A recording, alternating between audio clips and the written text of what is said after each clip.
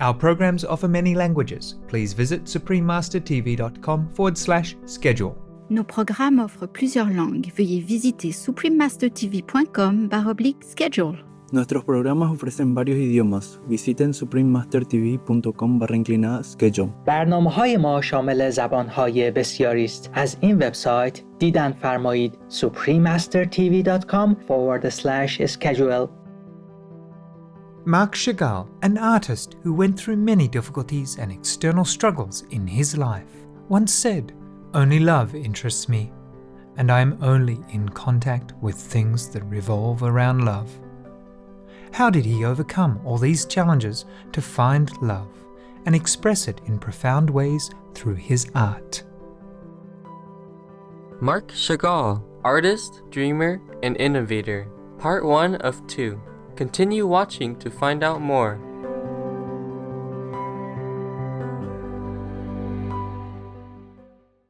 Today's program will be presented in French and English, with subtitles in Arabic or Laxi, also known as Vietnamese, Chinese, English, French, German, Hindi, Indonesian, Korean, Mongolian, Persian, Portuguese, Russian, Spanish, and Thai.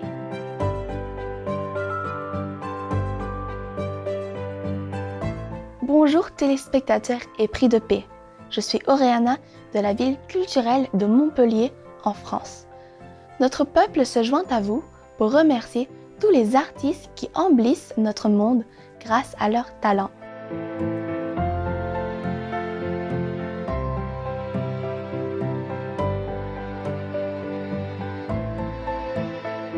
Bienvenue dans notre émission Marc Chagall, artiste, rêveur et innovateur. Première partie de 2 épisodes.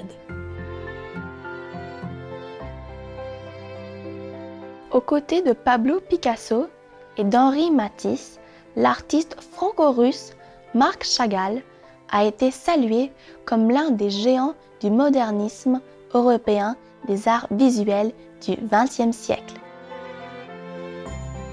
Ayant observé le travail des artistes fauves, cubistes, surréalistes et symbolistes, Marc Chagall a développé son style artistique et unique et son propre langage évocateur.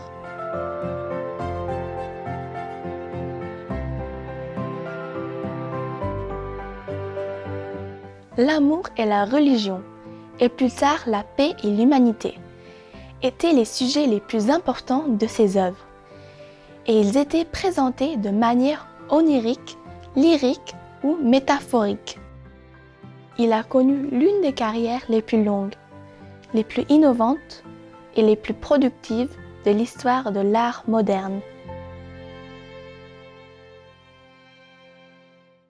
Au cours de sa vie légendaire, Marc Chagall a reçu de nombreux honneurs et prix prestigieux, dont la Grande Croix de la Légion d'honneur en 1977, la plus haute distinction civile du gouvernement français, le prix Yakir Yerushalayim du digne citoyen de Jérusalem, décerné par la ville de Jérusalem.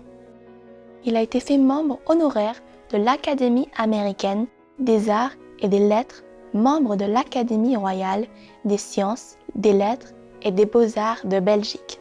Il a reçu le prix Erasmus, décerné par la Fondation culturelle de la Commission européenne, ainsi que des doctorats honorifiques de plusieurs universités américaines. Le travail de Marc Chagall a été exposé dans les principaux musées et galeries du monde. En 1967, le Louvre a organisé une exposition intitulée « Messages bibliques » avec 17 grandes peintures et une quarantaine de gouaches de M. Chagall qui ont été données à la nation française par l'artiste.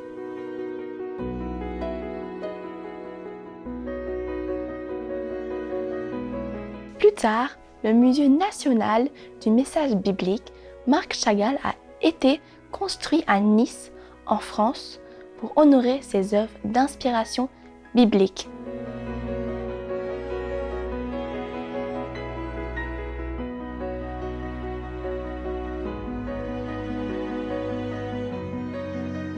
Marc Chagall est l'un des rares artistes dont les œuvres ont été exposées au musée du Louvre de son vivant. De nombreuses nations ont également émis des timbres commémoratifs à l'effigie des chefs-d'œuvre de M. Chagall.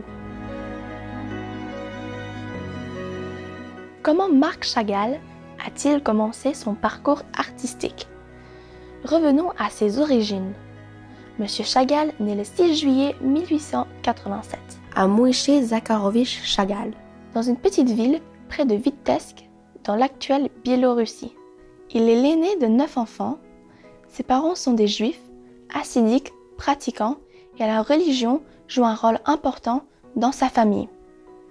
Et elle deviendra par la suite une constante source d'inspiration pour son art. Marc va à l'école primaire, dans une école religieuse juive où il apprend l'hébreu. À l'âge de 13 ans, il est inscrit dans un lycée russe et c'est là que sa passion pour l'art commence à germer dans son cœur. Bien que personne d'autre chez lui n'ait de tendances artistiques, l'art l'attire comme un aimant et son envie de devenir artiste est acceptée et encouragée par sa famille. La formation de Marc aux Beaux-Arts commence lorsque le célèbre artiste réaliste Yehuda Pen, originaire de Vitebsk, a la bonté de l'accepter comme élève dans son école. Les revenus de la famille du garçon étant modestes, M. Pen a la gentillesse d'autoriser Marc à assister à ses cours gratuitement. Cependant, Marc se rend vite compte que l'enseignement académique du studio n'est pas la voie qu'il souhaite suivre dans son développement artistique.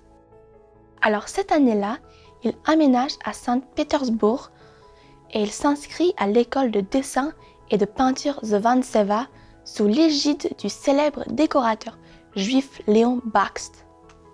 Malgré les nombreuses restrictions imposées au peuple juif à l'époque, Léon Bakst inspire le jeune Marc et est un bon modèle, puisqu'il est lui-même un artiste juif à succès.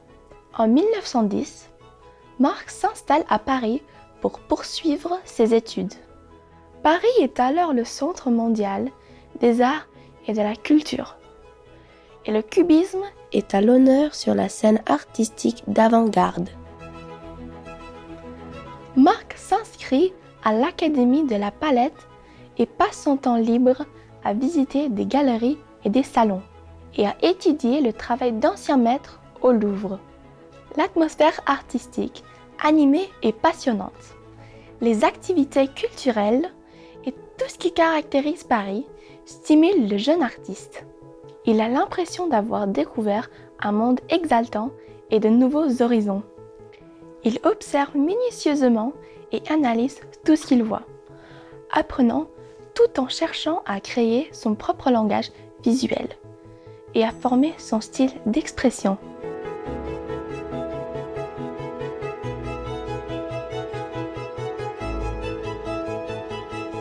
Téléspectateurs perspicaces, nous allons prendre un moment pour écouter un message constructif. Nous revenons dans un instant. Alors restez sur Supreme Master Television.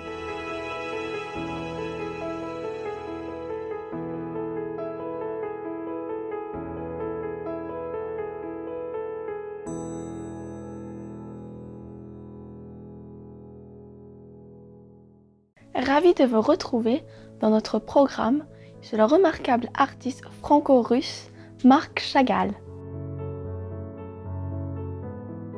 Malgré toute l'excitation de Paris, Marc garde dans son cœur sa maison et ses racines. Et il peint constamment des œuvres aux motifs juifs qui évoquent ses tendres souvenirs de Vitebsk. En 1911, il peint Moi et le village, une œuvre qui fait maintenant partie des collections du Museum of Modern Art de New York, aux États-Unis. Ce magnifique chef-d'œuvre porte les marques de la nostalgie de M. Chagall et de son mal du pays.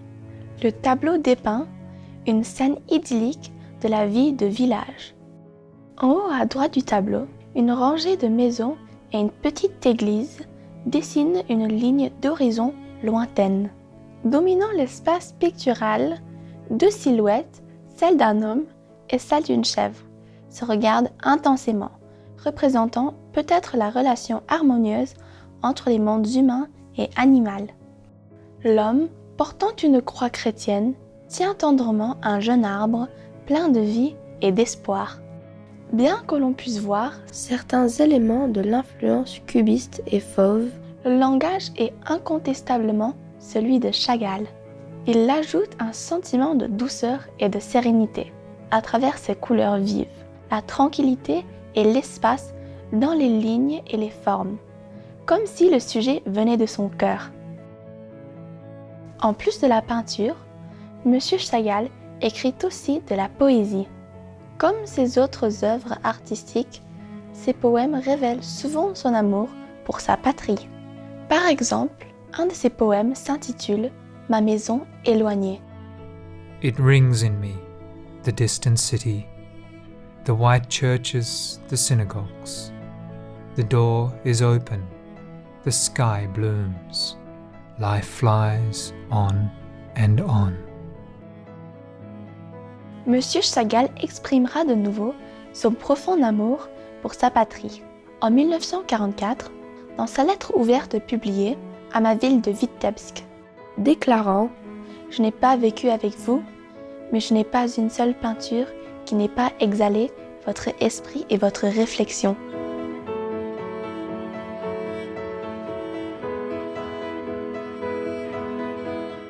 Bien que Marc apprécie l'excitation de Paris, au fil du temps, son désir de retrouver sa famille, sa communauté hassidique et surtout sa fiancée Bella Rosenfeld grandit.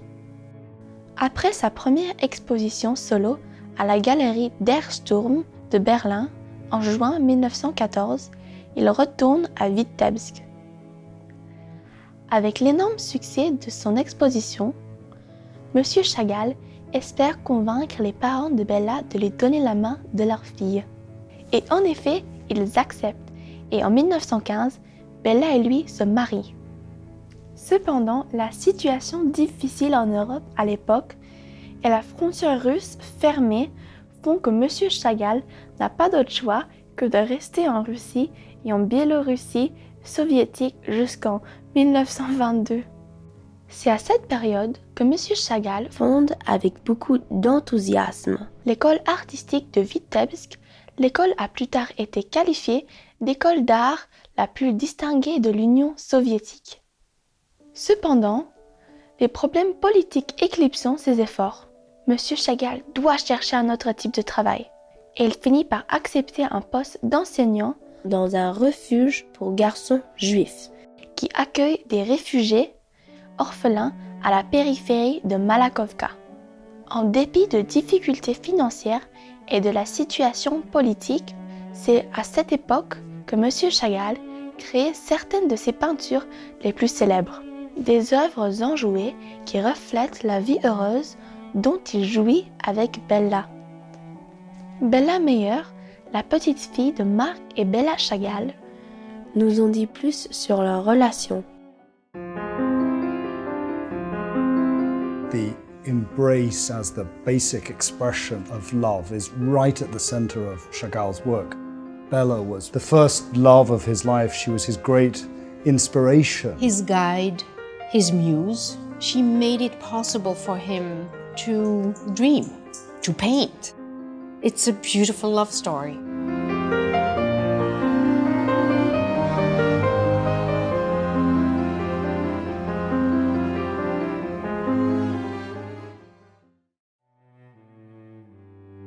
L'anniversaire.